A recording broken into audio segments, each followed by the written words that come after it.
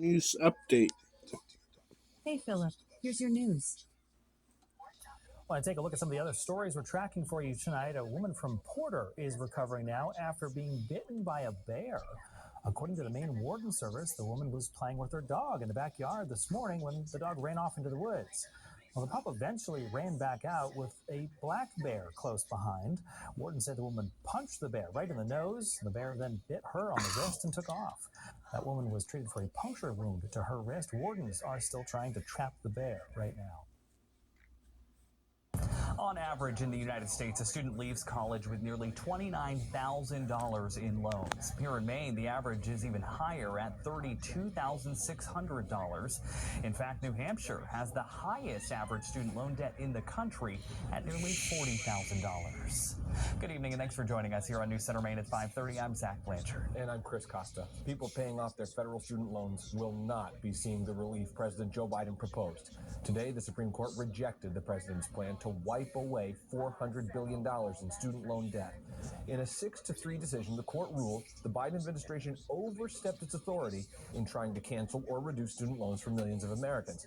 The court ruled that the administration needs the approval of Congress before undertaking such a costly program.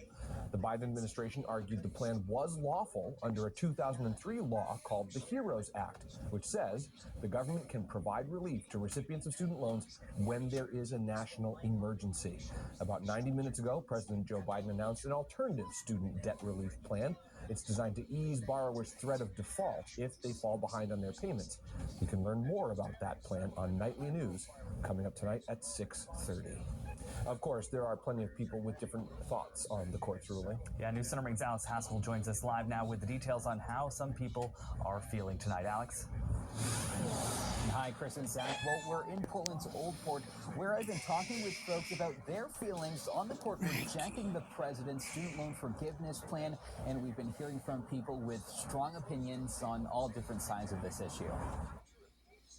Kind of a gut punch, honestly.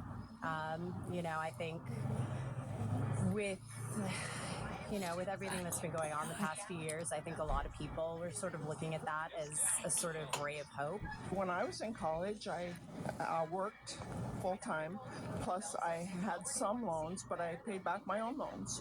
So I think other people should pay back their own loans. Now, according to the Biden administration, in all, 43 million borrowers would have been eligible for the forgiveness program. It would have eliminated $10,000 in debt for those making less than $125,000 a year. Households earning less than $250,000 also would have qualified. People who received Pell Grants would have had an additional $10,000 relief, and we'll have much more on this tonight on News Center Maine at 6. Zach and Chris. Alex Haskell live.